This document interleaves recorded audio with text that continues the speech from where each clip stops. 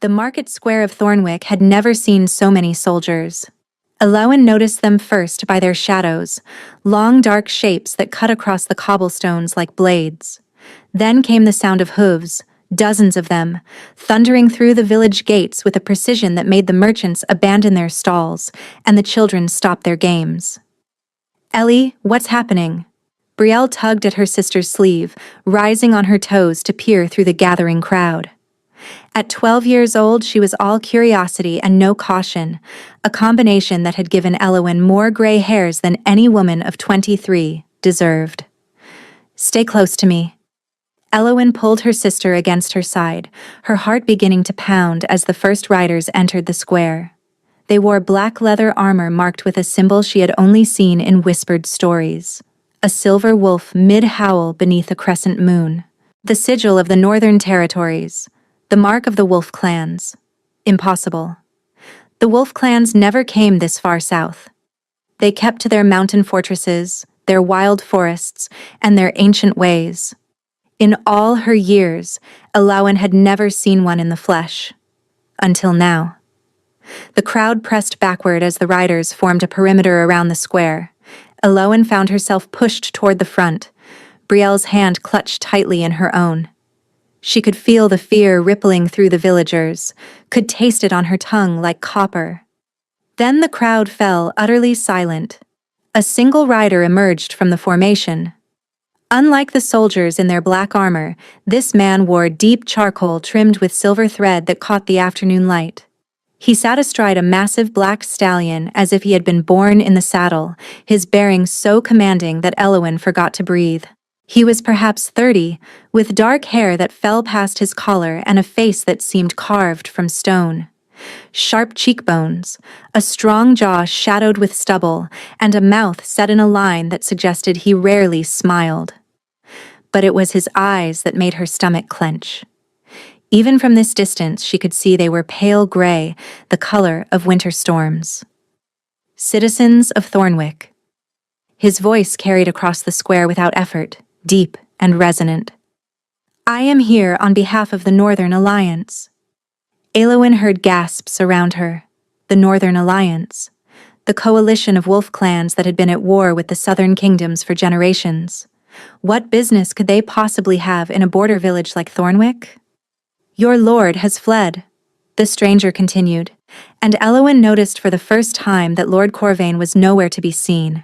He abandoned his people rather than face the consequences of his actions. Murmurs rippled through the crowd. Corvain had been their overlord for 5 years, ever since he had married Elowen's mother and claimed their family estate after her death. A cruel man with crueler appetites, but he had always seemed untouchable. "I have come to assure you that the Northern Alliance bears no quarrel with common folk." The stranger's gaze swept across the assembled villagers. "We seek only those who participated in the raids upon our border settlements. Those who slaughtered our people under cover of darkness." "Raids?" Elowen frowned. She had heard rumors, of course. Whispers about soldiers disappearing in the night, about Corvain's private militia conducting secret missions. But she had never imagined. "Your cooperation will be rewarded with protection," the stranger said. "The Northern Alliance honors its promises. You have my word that no innocent soul in this village will be harmed." And then it happened. The sensation started as a buzzing at the base of her skull, familiar and unwelcome. Heat prickled behind her eyes. Before Elowen could clamp her hand over her mouth, before she could swallow the word rising in her throat like bile, it escaped. "Liar." The word was barely above a whisper, but in the absolute silence of the square, it might as well have been a scream. Every head turned toward her. Every eye found her face, and the stranger on horseback, the man whose promise she had just publicly challenged, slowly shifted his winter-gray gaze until it locked onto hers. Elowen's blood turned to ice. "No, no, no, no, not here, not now, not in front of everyone." The gift, the curse she had spent her entire life hiding, had betrayed her at the worst possible moment. She could sense lies the way others could sense heat or cold, an involuntary reaction that she usually managed to control. But something about this man's words had triggered it so violently that her body had responded before her mind could intervene. The stranger dismounted in one fluid motion. The crowd parted before him like water, leaving a clear path directly to where Elowen stood frozen with Brielle pressed against her side. "Ellie." Brielle's voice was tiny, terrified. "Ellie, what did you do?" "Run!" Elowen's instincts screamed, but her legs refused to obey. She could only watch as the stranger approached, each footfall measured and deliberate. He stopped less than an arm's length away. Up close, she could see that his gray eyes held flecks of something darker, something that seemed to shift and swirl in their depths. "What did you call me?" His voice was soft now, almost gentle, but Elowen heard the steel beneath it.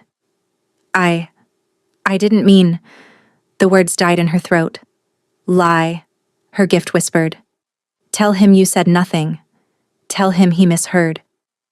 But when she opened her mouth to do exactly that, different words came out. "You were lying." Her voice trembled, but it did not waver. "When you said no innocent would be harmed, you were not telling the whole truth." A current of intensity arced between them. Surprise, perhaps, or something hungrier. "And how?"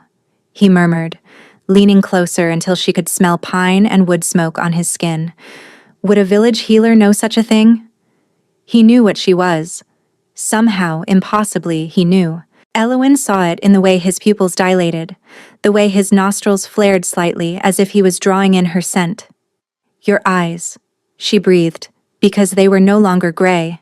They were molten gold, bright as coins in the sunlight. "Now you see," he said softly. Then he straightened and addressed the crowd, his voice once again carrying across the square. "This woman has accused me of falsehood before witnesses." His tone was formal now, ritualistic. "By the ancient laws of my people, she has two choices. She may prove her accusation true, or she may submit to my judgment." "Please."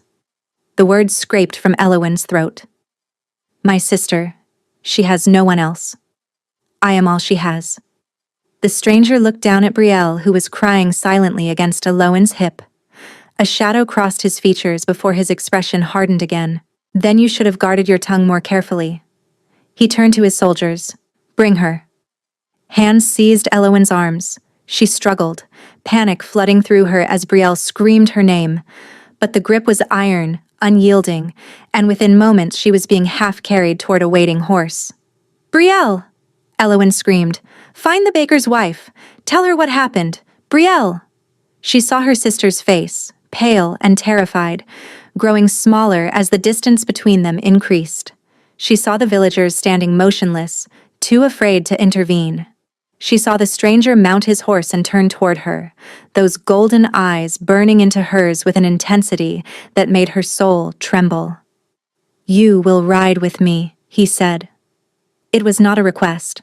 Before Elowen could respond, she was lifted onto the stallion, her back pressed against his chest, his arms caging her on either side as he took the reins. His body was unnaturally warm, heat radiating through his clothes and into her skin. "Who are you?" she whispered. His breath was hot against her ear when he answered. "I am Theron," he said, "Alpha King of the Northern clans, and you, little truth speaker, have just made yourself very interesting to me." The horse surged forward, carrying Elowen away from everything she had ever known, toward a fate she could not imagine. They rode through the night. Elowen lost track of time somewhere between the second and third hour, her exhaustion blurring the moonlit landscape into an endless smear of silver and shadow. The only constant was the heat at her back, the iron cage of Theron's arms, the steady rhythm of his breathing against her hair. She had tried to stay rigid at first, holding herself as far from his body as the saddle would allow, but fatigue eventually won. By the time the stars began to fade toward dawn, she had sagged against his chest, too tired to care about dignity. He had not spoken a single word since they left Thornwick. "Where are you taking me?" She had asked the question a dozen times in those first hours. He had never answered. Now, as the sky lightened from black to gray, Eowyn tried again. Please. Her voice was hoarse, scraped raw by cold air and unshed tears. At least tell me where we are going. Silence stretched between them. Then his chest rumbled against her back as he spoke. Home. One word. It told her nothing and everything at once.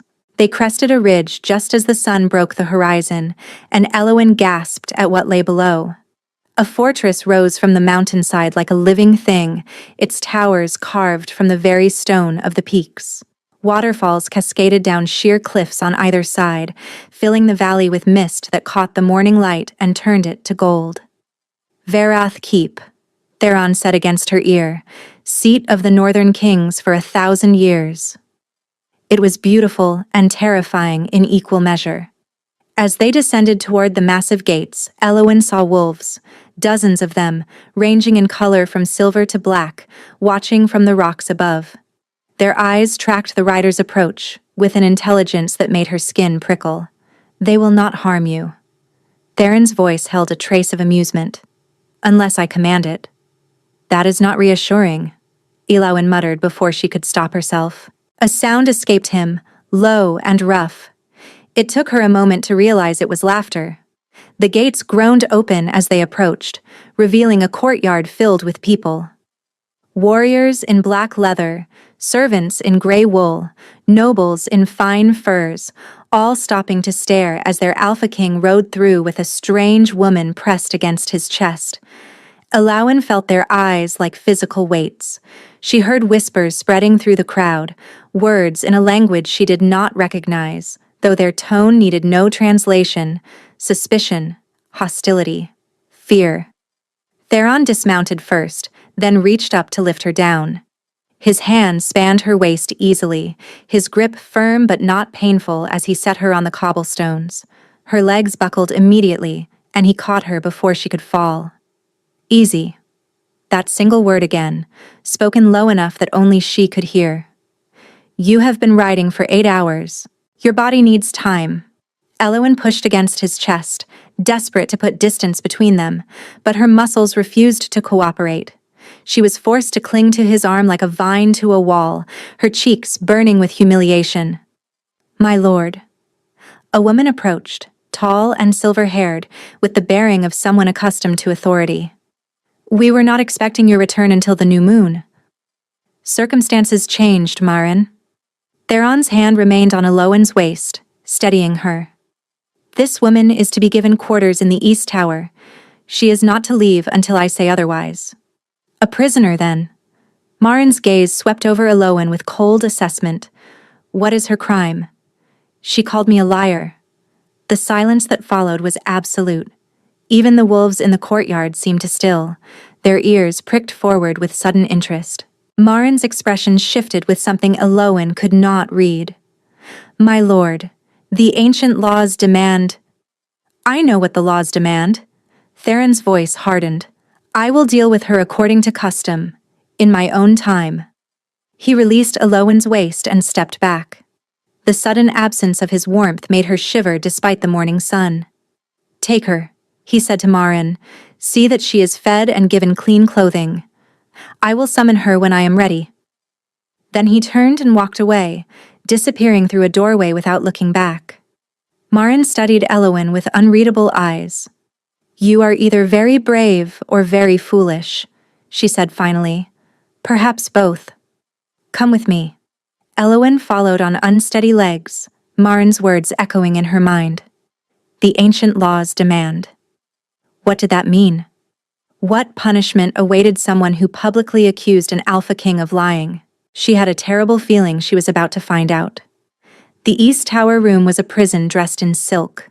Fine tapestries covered the stone walls, depicting wolves running beneath moonlit skies. A massive bed dominated one corner, draped in furs so thick Eowyn's hand disappeared when she touched them. A fire crackled in a hearth large enough to roast an ox, filling the chamber with warmth and flickering shadows. But the door had no handle on the inside, and when Eowyn tried the windows, she found iron bars hidden behind the heavy curtains. A gilded cage, she whispered to herself. is still a cage. Servants had come and gone throughout the day, bringing food she could not eat and clothing she refused to wear. They spoke to her in the northern tongue, their eyes never quite meeting hers, their hands trembling slightly as they performed their duties. They were afraid of her, she realized, or perhaps afraid of what she represented. By the time darkness fell beyond her barred windows, Elowen had explored every inch of her prison. She had found no weaknesses, no escape routes, and no hope. She was sitting on the floor before the fire, her knees drawn to her chest, when the door finally opened. Theron entered without announcement, still wearing the same riding clothes from that morning, his dark hair windswept and wild. He dismissed the guard who had unlocked the door with a single gesture, then closed it behind him with a sound that echoed like a death knell. They stared at each other across the fire-lit chamber. "You have not eaten." He nodded toward the untouched trays on the table. "Nor changed your clothes." "I am not hungry." Elowen lifted her chin. "And I will not dress myself in your silks like a doll for your amusement." "My amusement?" He moved deeper into the room, circling her the way a predator circles wounded prey. "You think I brought you here to amuse me?" "I think you brought me here to punish me for speaking truth." Her voice shook, but she refused to look away. "So punish me and be done with it. I have a sister who needs me." Theron stopped directly in front of her, forcing Elowen to crane her neck to maintain eye contact. This close, she could see the exhaustion etched into his features, the tension in his jaw, and the shadows beneath those pale eyes. "You do not understand what you did," he said quietly. "What you are." "I am a healer." The words came automatically, the same lie she had told her entire life. "Nothing more." "Liar." The word struck her like a physical blow. Elowen flinched backward, her pulse slamming against her ribs. "You can sense falsehood," Theron continued, crouching before her so their faces were level. "I watched your eyes when I spoke in the square. I saw the moment the truth hit you, saw you fight to contain it. You have been hiding this gift for years, I think. But you could not hide it from me." "How?" The question escaped before she could stop it. "How could you possibly know that?" "Because I can smell it on you." His nostrils flared, and his eyes flickered gold for just an instant. "Your power has a scent, little truth speaker, like lightning before a storm. I noticed it the moment I entered the square." Elowen pressed herself back against the stone wall, her breath coming in short gasps. "What are you?" "You know what I am." He rose to his full height, towering over her. "You saw my eyes. You saw my wolves. You have heard the stories all your life." Shifter. The word surfaced from childhood nightmares, from whispered warnings around winter fires, the wolf people of the north. Monsters who wore human skin. "The stories say your kind eat children," Elowen breathed, "that you bathe in blood beneath the full moon, that you—" "Stories." Theron's lip curled with contempt. "Lies told by southern kings to justify their slaughter of my people." Something in his tone made her pause. Pain, buried deep beneath layers of ice, but present nonetheless. "The raids," she said slowly, her gift stirring even now. "The ones you accused Lord Corvain of conducting. What really happened?" Theron was silent. When he finally spoke, his voice was flat, empty of emotion. 3 months ago, soldiers wearing no colors attacked a village at our southern border. They killed everyone. Men, women, children. They burned the bodies and salted the earth. His hands clenched at his sides. 47 people. My people. Elowen's throat tightened. "And you believe Corvain was responsible?" "I know he was. We captured one of his men." Theron's eyes met hers, and she saw something ancient and terrible in their depths. He confessed before he died. Before he died. Elowen did not ask how. "I came to Thornwick seeking justice," Theron continued. "The coward fled before I could take him. But you—" He crouched before her again, close enough that she could feel the heat radiating from his skin. "You called me a liar in front of witnesses. You challenged my honor before my own soldiers. Among my people, such an accusation cannot go unanswered. Then answer it. Elowen forced steel into her voice despite her terror. What happens now? What do your ancient laws demand? Theron studied her face with an intensity that made her want to look away, but she held his gaze, refusing to show weakness. Our laws offer two paths, he said finally. The first is trial by combat. You would face me in the arena, and only death would satisfy the debt. Elowen's blood chilled. And the second? The second. He paused, and his mask slipped for just an instant, revealing something that almost looked like hunger. The second is claiming. Claiming? She did not recognize the word, but something in his tone made her pulse quicken. If the accused accepts, the offended party may claim them as their own. Body, blood, and soul, bound together until death. Elowen stared at him, certain she had misheard. You mean, marriage? Marriage is a human word. Theron's voice dropped lower, rougher. This is something far older, far deeper. A bond that cannot be broken by any power on earth. That is insane. Elowen scrambled to her feet, pressing herself flat against the wall. I called you a liar. One word. And your solution is to bind me to you forever? You spoke truth. Theron rose with her, matching her movement. That is what makes this complicated. Complicated? Her voice pitched higher. How is any of this complicated? I was right. You were lying when you said no innocent would be harmed.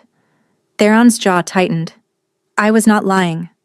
I was withholding. Withholding what? The truth about what I intended to do to Corvain once I found him. His eyes blazed gold again, and when he spoke, his voice had dropped to something barely human. I was going to tear him apart with my bare hands and scatter his pieces across the mountain for the crows. Elowen's gift stirred, confirming every word. He meant it. Every brutal, bloody syllable. That is not the same as harming innocents, she managed. No. Theron stepped closer, and she had nowhere left to retreat. But you sensed the violence in my intent. Your gift read the darkness in me, and it reacted. He was right. God's helper? He was right. She had sensed something beneath his polished words, something savage and hungry, and her power had responded before her mind could intervene. I cannot let you go. His voice was quiet now, almost gentle. Not with what you know. Not with what you are. So those are my choices? Elowen laughed, the sound brittle and hollow. Die in combat against a creature twice my size, or bind myself to you for eternity?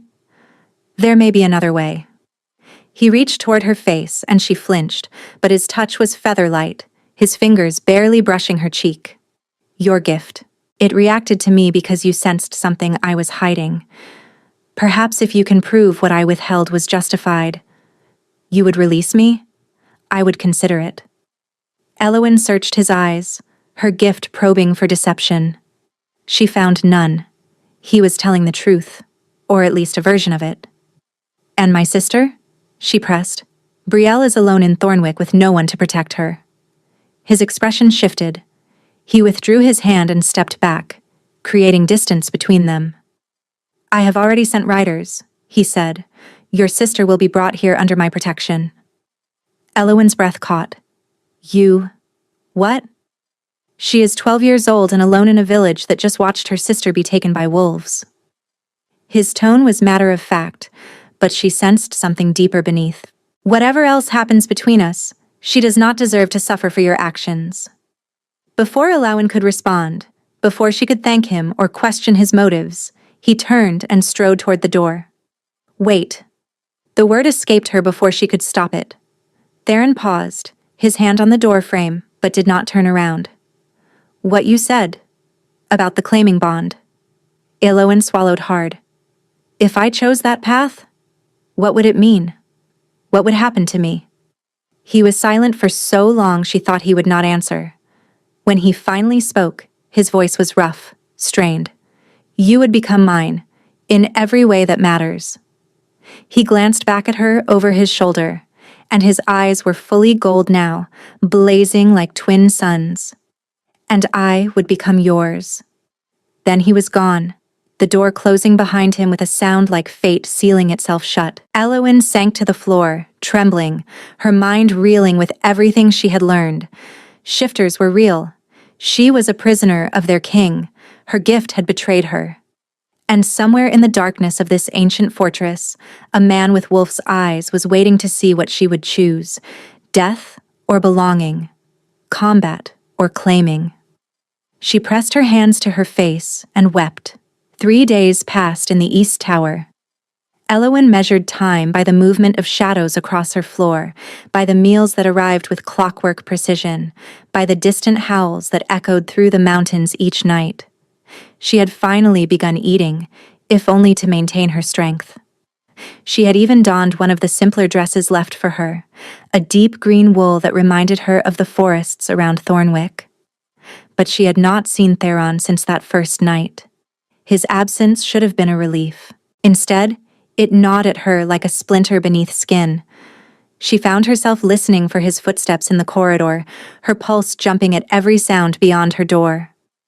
"Foolish," she muttered to herself, pacing before the fire. "He is your captor, not your—" She could not finish the thought. On the 4th morning, the door opened to reveal not servants, but Marin, the silver-haired woman from the courtyard. "The Alpha requests your presence," Marin said. Her tone suggested this was not optional. Eowyn followed her through corridors carved from living rock, past tapestries depicting battles between wolves and men, until they emerged into a vast hall filled with morning light. Theron sat at the head of a long table, surrounded by warriors who fell silent the moment she entered. But Eowyn barely noticed them. Brielle, her sister, sat beside Theron, looking small but unharmed, a half-eaten pastry in her hand. The moment she saw Eowyn, she launched herself across the hall. "Ellie!" Brielle slammed into her with enough force to steal her breath. "They said you were safe, but I had to see for myself. Are you hurt? Did they treat you well? The wolves that came for me were so big, but they didn't hurt me, and the lady with the braids gave me honey cakes on the journey and—" "Breathe, little one." Eowyn clutched her sister tight, tears streaming down her face. "I am well. I am well." Over Brielle's head she met Theron's gaze. He watched them with an unreadable expression, but she saw the slight softening around his eyes. "Thank you," she mouthed silently.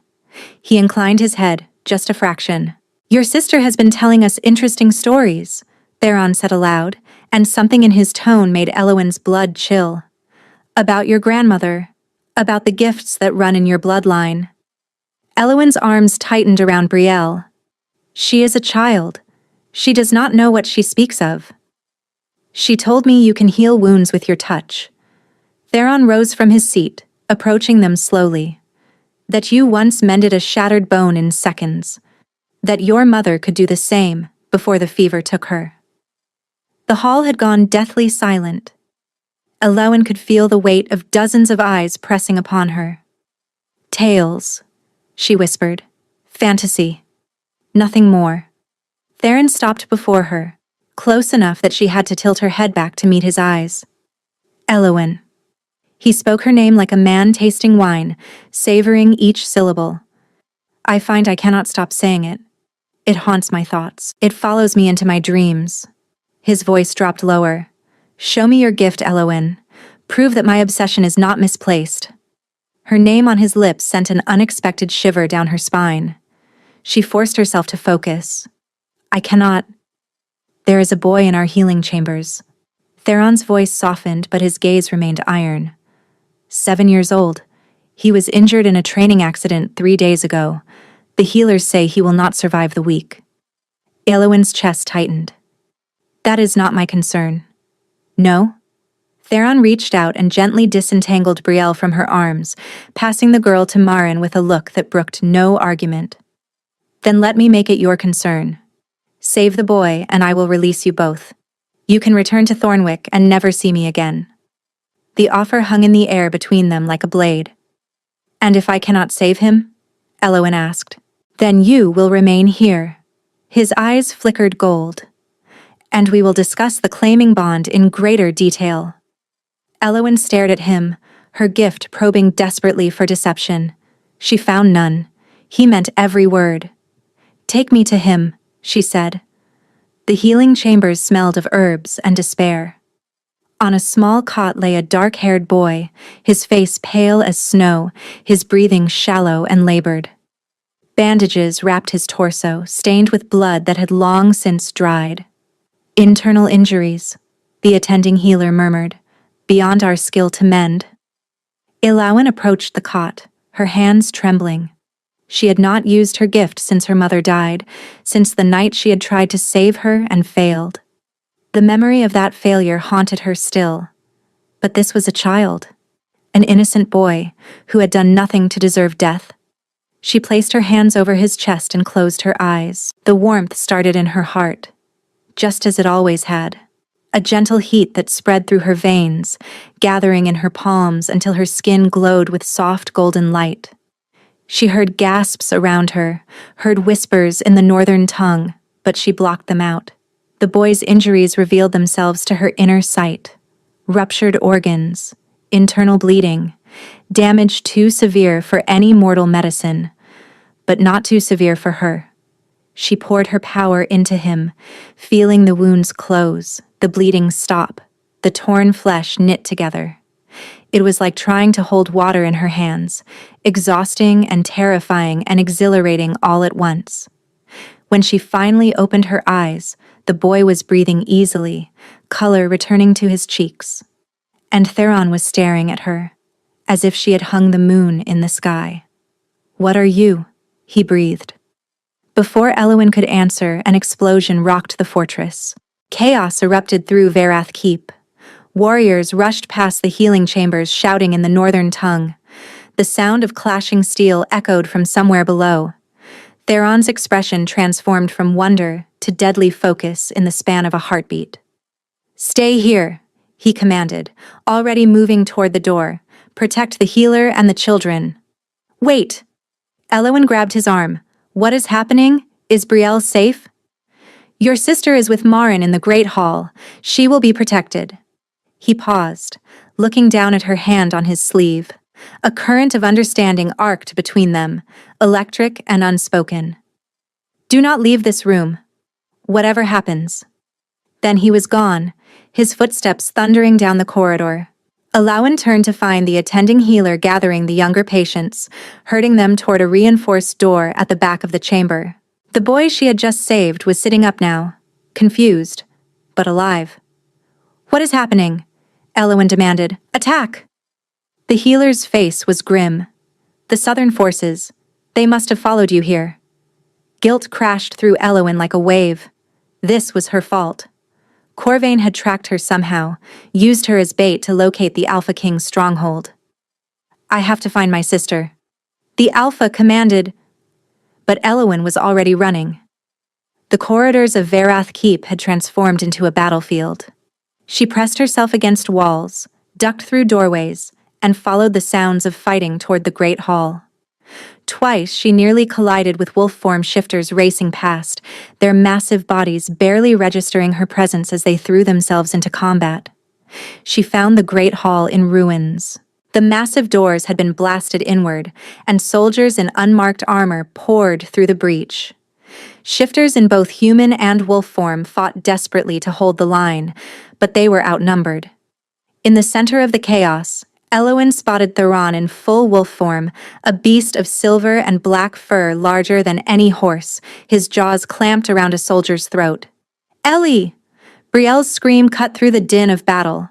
Elowen spun to see her sister struggling in the grip of a soldier near a side entrance, Marin lying motionless on the ground beside them. "Brielle!" Elowen ran without thinking, without planning, driven by pure maternal fury. She slammed into the soldier from behind, clawing at his face, his eyes, anything she could reach. He released Brielle with a curse, spinning to backhand Elowen across the face. She hit the ground hard, tasting blood. The soldier loomed over her, raising his sword. Then a shape exploded from the shadows, and the soldier was gone, replaced by the massive silver wolf that had once been Theron. His jaws closed around the man's neck with a sickening crunch, and when he turned to face Elowin, his muzzle was painted red with blood. Their eyes met. Gold to green.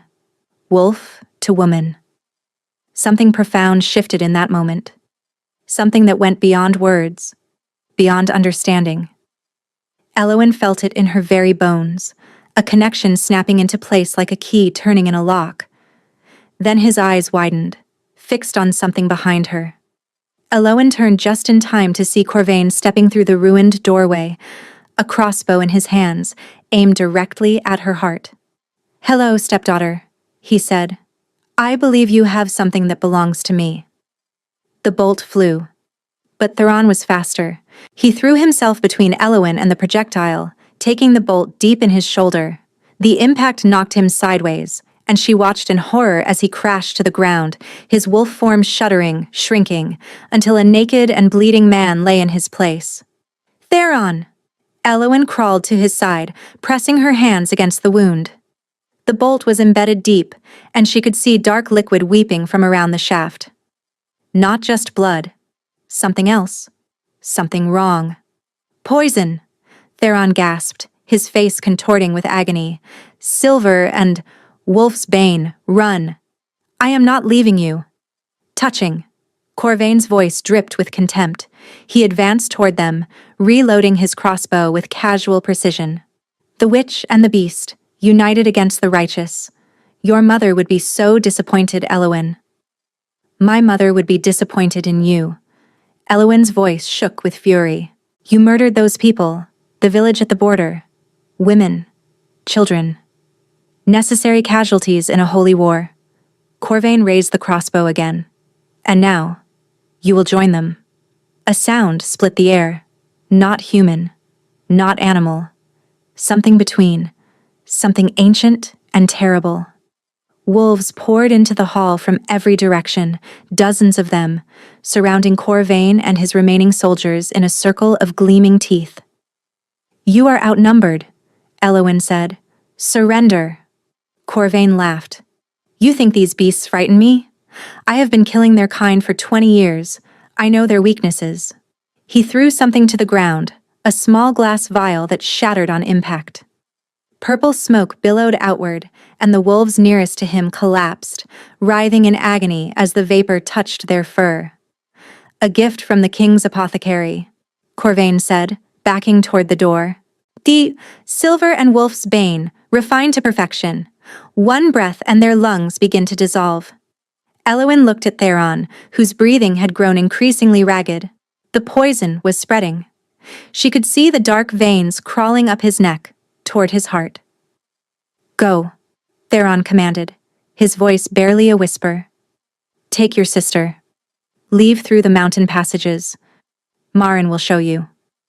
I am not leaving you to die. You must." He reached up, his hand trembling, and touched her cheek with blood-stained fingers. "Please. I cannot protect you like this." "Then do not protect me." Elowin felt something breaking open inside her, something that had been locked away for years. "Let me protect you." She placed her hands over his wound and called upon her gift. But this time, something was different. This time, when her power touched his, it did not simply heal. It merged. The golden light flowing from her palms met something inside Theron, something silver and wild, and the two energies wrapped around each other like rivers converging into one. Elowin felt his heartbeat as if it were her own, felt his pain, his fear, his desperate hope. And beneath it all, she felt his love, vast and consuming, a love that had recognized her the moment he saw her in that market square. "What are you doing?" Corvain's voice had risen in panic. "What is that light?" Elowin opened her eyes. The wound on Theron's shoulder was closing, the poison retreating, driven back by the combined force of their power. He rose to his feet, still naked, still bleeding, but his eyes were blazing gold and his voice rang across the hall like thunder. "Take your men and run," Theron commanded. If I ever see your face again, I will tear you apart so slowly you will beg for the mercy of death." Corvain fled, and as the wolves gave chase, as the battle cries faded into the distance, Elowyn collapsed against Theron's chest, her strength finally failing. "You saved me," he murmured against her hair. "Why?" "Because I could not let you die." She looked up at him, tears streaming down her face. "Because I think I—" But the words would not come, and before she could force them out, darkness claimed her. Elowyn woke alone. She recognized the East Tower room by the pattern of firelight on the ceiling, by the familiar weight of furs covering her body. But something was different. Something was wrong. Her body ached in ways she could not explain. Not pain exactly, but emptiness. As if some vital piece of herself had been torn away. "Theron?" His name escaped before she could stop it. Silence answered her. Elowyn pushed herself upright, wincing at the hollow feeling in her chest. She remembered the battle, remembered healing Theron, and remembered the way their powers had merged into something terrifying and beautiful. And then, nothing. "Brielle?" she called, her voice hoarse.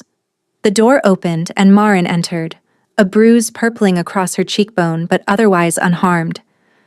"Your sister is safe," Marin said, anticipating the question. "She is with the other children in the protected wing." "And Theron?" Marin's expression flickered. "The Alpha has withdrawn. He has not emerged from his chambers in 3 days." 3 days. Elowyn had been unconscious for 3 days. "I need to see him." "That is not possible." Marin's voice carried an edge of something Elowyn could not identify. "The Alpha has given orders. No one is to disturb him, including you. Especially you." The unspoken words hung in the air between them. "Why?" Elowyn demanded. "What happened? The last thing I remember, You bonded with him." Marin's words fell like stones into still water. "When you healed him, when your power touched his, you created a connection, a partial claiming bond." Elowyn's blood chilled. "I do not understand. How is that possible? He did not bite me. I did not." "There are many forms of claiming." Marin moved to the window, her back to Elowyn. "A bite is the most common, the most controlled. But in moments of extreme emotion, when a shifter's mate is in mortal danger, the bond can form through other means." "Mate." The word struck Elowyn like a physical blow. "You knew," she whispered. "You all knew, from the moment he brought me here. The Alpha recognized you the moment he saw you in that village square." Marin turned to face her, and Elowyn saw something like pity in her gray eyes. "Your scent, your power, your soul, they called to him. That is why your accusation struck so deeply. You were not just any stranger calling him a liar. You were his fated mate, rejecting him before the bond could even begin." The revelation crashed through Elowyn like a wave. Every interaction, every heated look, every moment of inexplicable connection suddenly made sense. But he said nothing. What could he say? You were terrified. You saw him as a monster, a captor. He hoped that by keeping his distance, by giving you time and space and choice, you might come to accept him on your own terms. "What about his promise?" Elowyn whispered. "He said if I healed the boy, he would release us." "That was before the bond formed." Marin's voice was gentle but firm. "No promise can override a claiming. Your fates are now intertwined whether either of you wished it or not." Elowyn pressed her hands to her face, her mind reeling. "And now? What has the partial bond done to him?" Marin was silent for a long moment. "It is killing him." The words drove Elowyn from the bed, her legs trembling beneath her. "Explain," she demanded. "Explain everything." "A partial bond is unstable." Marin's voice was clinical, detached, as if distance could protect her from the horror of what she was describing. "It tears at both parties, demanding completion. For a human, the effects are painful, but survivable. For a shifter, especially an alpha." "What?" Elowyn grabbed Marin's arm. What happens to him? His wolf is trying to reach you. Every moment you are apart, it grows more desperate, more feral. If the bond is not completed or severed, his human mind will eventually be consumed. Marin met her eyes steadily. He will become nothing but beast. And then, he will die. Elowen's legs gave way. She collapsed to the floor, the hollow ache in her chest suddenly making terrible sense. How long? She whispered. Days. Perhaps a week, if he is strong. And if I complete the bond? If I accept the claiming? Then you will be bound to him forever. Body, blood, and soul exactly as he described. You will share his life force, his power, his fate. Marin crouched beside her. You will never be fully human again. Elowen stared at the fire, watching the flames dance and twist. Somewhere in this fortress, Theron was fighting a battle she could not see, suffering a torment she had unknowingly caused. Take me to him, she said. The Alpha forbade. Take me to him, or I will tear this fortress apart stone by stone until I find him myself. Marin studied her with searching eyes. Then, slowly, she nodded. Follow me. The Alpha's chambers lay at the heart of Verath Keep, behind doors carved with wolves so lifelike they seemed to breathe. Elowen heard him before Marin even touched the handle. A sound that was half growl, half moan, the noise of something in terrible pain trying desperately not to scream. A fist closed around her lungs at the sound. He ordered the guards away 2 days ago, Marin murmured. He did not want anyone to witness his decline. Open the door. Once you enter, I cannot guarantee your safety. His wolf may not recognize you. He may attack before his human mind can intervene. Open the door, Marin. The older woman studied her, then nodded. She pressed her palm against the carved wood, and the doors swung inward on silent hinges. The chamber beyond was destroyed. Furniture lay in splintered ruins. Tapestries hung in shreds from the walls. Deep gouges marked the stone floor, the marks of claws far larger than any natural wolf. And in the center of the devastation, curled in on himself like a wounded animal, was Theron. He was caught somewhere between forms. His body rippled and shifted constantly, human skin giving way to silver fur before reforming again. His hands were claws. His face was a mask of agony, features distorting between man and beast with each ragged breath. Theron. Elowen stepped into the room, ignoring Marin's warning hiss. His head snapped toward her. For one terrible moment she saw nothing human in those golden eyes. Only hunger. Only desperation. Only the feral need of a creature being torn apart from the inside. Then recognition flickered, and a sound escaped him that might have been her name. Elowen. His voice was shattered, barely recognizable. You should not be here. I had to come. She moved closer despite every instinct screaming at her to run. Marin told me what is happening, what I did to you. Not your fault. Each word seemed to cost him immense effort. The bond. It recognized you. I could not stop it. Elowen knelt before him, close enough to touch but holding herself back. Up close she could see the toll the partial bond had taken. His skin was ashen, his body trembling with constant micro-shifts, his eyes flickering between gold and gray like a dying flame. There must be something I can do, she said. Some way to help you without. There is. Theron's hand shot out, clawed fingers wrapping around her wrist with surprising strength. You can leave. Take your sister. Go back to your village and forget you ever saw me. And let you die? Better that than. He released her abruptly, curling away as another wave of pain crashed through him. When it passed, his voice was barely a whisper. Better that than trap you in a bond you never wanted. Elowen felt tears burning in her eyes. You would rather die than bind me against my will? I would rather die than become the monster you already believe me to be. He looked at her then, and beneath the agony, she saw something that stole her breath.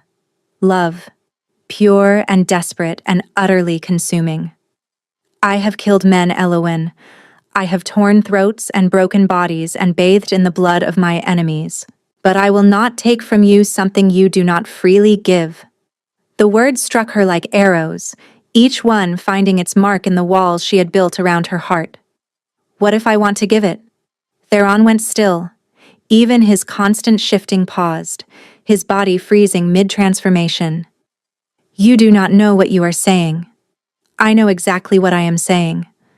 Elowen reached out, cupping his face between her palms despite the claws, despite the fur that sprouted and retreated beneath her touch. I have spent my entire life hiding, pretending to be something I am not, terrified that if anyone saw the real me they would run screaming. Elowen, but you saw me. Her voice cracked. From the very first moment you saw what I was, and you did not run. You did not call me witch or demon or monster. You called me interesting. A sound escaped him, something between a laugh and a sob. I called you mine, he whispered. In my heart, from the moment I scented you in that square, you were mine. Even when you challenged me, even when you feared me, even when you had every reason to hate me. I do not hate you. The admission felt like releasing a breath she had been holding for weeks. I do not think I could hate you if I tried. Theron's eyes searched her face, looking for something.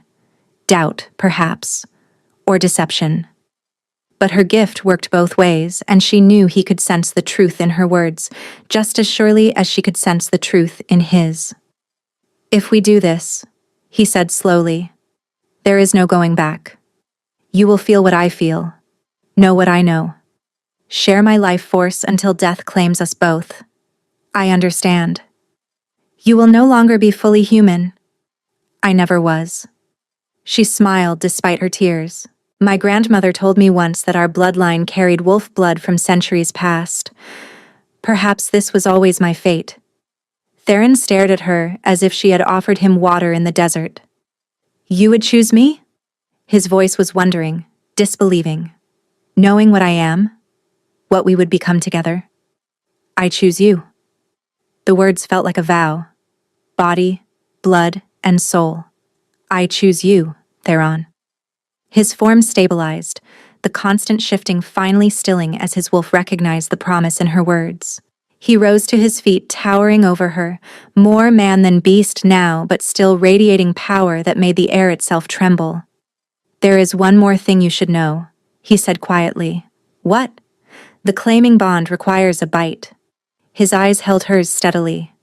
I must mark you, and you must mark me, both willingly given, both freely received. Elowen's hand moved instinctively to her throat. Will it hurt? Yes. He did not soften the truth, but only for a moment. And then? Theron cupped her face in hands that were fully human again, his thumbs brushing away her tears. And then, you will never be alone again. Not for as long as we both draw breath. Elowen looked into his golden eyes and made her choice. Then claim me, Alpha King. Make me yours. Theron's kiss was not gentle. It was the kiss of a man who had been starving, who had been dying, and who had finally been offered salvation. His mouth claimed hers with desperate hunger, his hands tangling in her hair, his body pressing her backward until her shoulders met the stone wall. Elowen responded with equal fervor, all her fear and uncertainty burning away in the heat of his touch. She had spent her whole life being careful, being cautious, and hiding the truth of what she was. Now, finally, she let herself burn. Wait. Theron pulled back, his chest heaving, his eyes molten gold. Before we do this, I need you to understand what will happen. The claiming is not just physical. When I bite you, when you bite me, our souls will touch. You will see everything I am. Every memory, every sin, every dark corner of my heart. And you will see mine. Yes. His hands trembled against her face. Can you bear that? Knowing that I will see the things you have hidden even from yourself? Elowen thought of her mother's death. The night she had poured every ounce of her healing power into a body already too far gone, and felt it slip away regardless. The guilt she had carried ever since. The secret belief that if she had been stronger, faster, better, she might have saved her. "I can bear it," she said. "If you can." A look of reverence crossed his features. "My brave truth speaker," he murmured. "My perfect mate." He kissed her again, softer this time, a promise rather than a demand. His lips traced down her jaw, her throat, finding the sensitive spot where her neck met her shoulder. "This will hurt," he warned against her skin. "I am sorry." "Do not be sorry." Ilawan tilted her head back, offering herself to him completely. "Just do not let go. Never." His teeth sank into her flesh.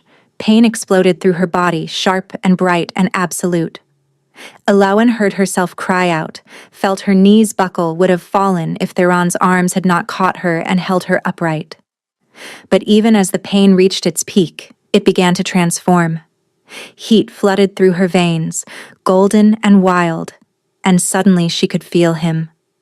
Not just his body against hers, but his soul pressed against her own.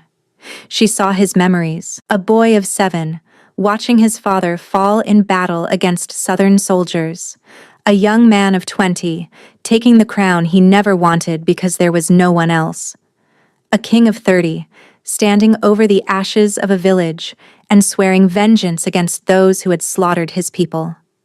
And beneath it all, running through every memory like a river of light, she felt his loneliness.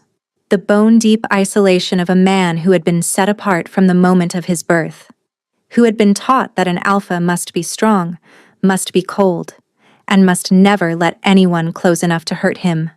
Until her. She felt the moment he had first scented her in the market square.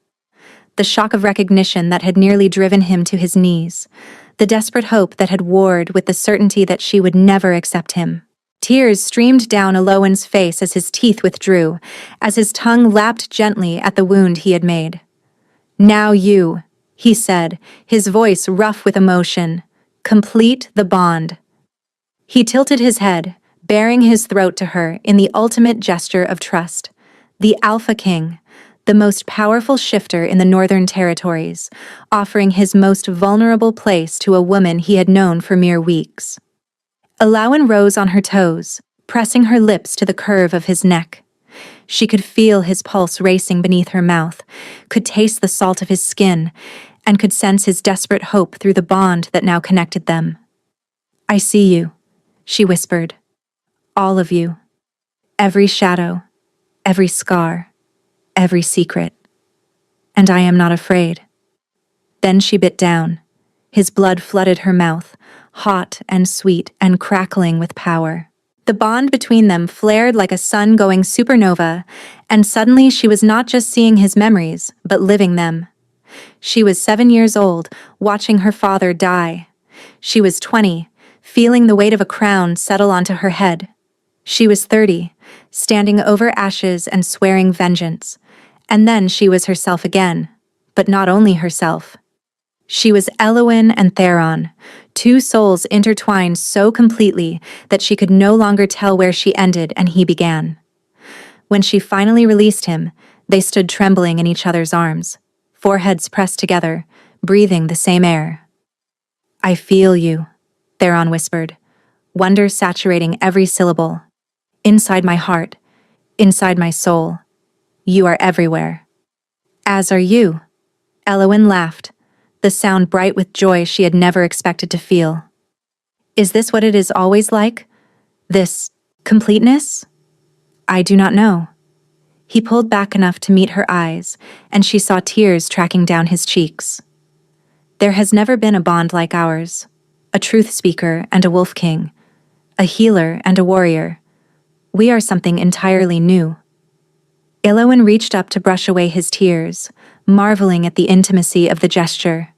Through their bond, she felt his love for her, vast and deep as an ocean. And she felt her own love answering, rising to meet his like a tide. "Ellie?" Brielle's voice came from the doorway. Elowen turned to see her sister standing in the threshold, Marin behind her, both wearing expressions of cautious hope. "Is it done?" Brielle asked. Are you staying?" Elowen looked at Theron, at this impossible man who had captured her with a single glance in a dusty market square, who had seen her truth and treasured it instead of fearing it, who had been willing to die rather than take her choice away. "Yes," she said, and felt the word resonate through their bond, felt Theron's joy answering her own. "We are staying." Brielle launched herself across the room, wrapping her arms around both of them simultaneously. Theron stiffened for just a moment before relaxing into the embrace, his hand coming up to rest gently on the girl's hair. "Does this mean I get to live in a castle?" Brielle demanded, her voice muffled against their chests. "With wolves? Real wolves that I can pet?" "You may pet any wolf who consents to it," Theron said solemnly, but Elowen could feel his amusement rippling through their bond. "And I can learn to fight? With swords and everything?" "If your sister permits it." Brielle pulled back, turning pleading eyes on Elowen. "Ellie, please? I promise I will be careful." Elowen sighed, but she was smiling. "We will discuss it. Later." Marin stepped forward, and Elowen was surprised to see the older woman's eyes glistening with unshed tears. "The bond is complete," Marin said. "I can feel it. The whole fortress can feel it. The Alpha's mate has been claimed." "His mate?" Elowen tested the word, finding that she liked the weight of it on her tongue. "I suppose I have a great deal to learn about what that means." "You have a lifetime to learn it." Theron caught her hand, pressing a kiss to her knuckles. "And I will be beside you for every moment." Through their bond, Elowen felt the truth of his promise, felt his commitment, his devotion, and his absolute certainty that she was exactly where she belonged. And for the first time in her life, she believed it. 3 months later, Elowen stood on the balcony of Verath Keep, watching the sun set over the mountains. So much had changed since that day in the market square when she had spoken a single word and altered the course of her entire existence. Corvain had been found 3 weeks after the battle, hiding in a southern monastery. The wolves had dragged him back to Verath Keep, where Theron had kept his promise. Elowen had not watched, but she had felt her mate's grim satisfaction through their bond when justice was finally served. She had learned the ways of the wolf clans, their customs and traditions, their fierce loyalty, and their ancient magic. She had trained with Marin to control the new powers that the claiming bond had awakened within her. She had healed dozens of injured shifters, discovering that her gift worked even more powerfully now that it was intertwined with Theron's wild energy. And she had fallen more deeply in love with her mate with each passing day. Arms wrapped around her from behind, warm and strong and familiar. "You are thinking too loudly," Theron murmured against her ear. "I can feel your mind racing from across the fortress." Elowen leaned back into his embrace, smiling. "I was thinking about the day we met, how terrified I was, how certain I was that you were going to kill me. I was certain I was going to claim you on the spot and scandalize the entire village." His laugh vibrated through her. "The restraint I showed that day should be legendary." "Restraint?" She turned in his arms, raising an eyebrow. "You threw me on your horse and carried me away to your mountain fortress." "Exactly. Restraint." His eyes glinted with humor. "I could have done far worse. You could have done far better. You could have, I do not know, introduced yourself, asked my name, tried a conversation. Where's the romance in that?" Elowen laughed, rising on her toes to kiss him. Through their bond, she felt his contentment, his joy, his absolute certainty that this, right here, was exactly where he was meant to be. "I love you," she said when they parted. "I know I do not say it often enough, but I do. I love you, Theron." His eyes softened, gold giving way to gray.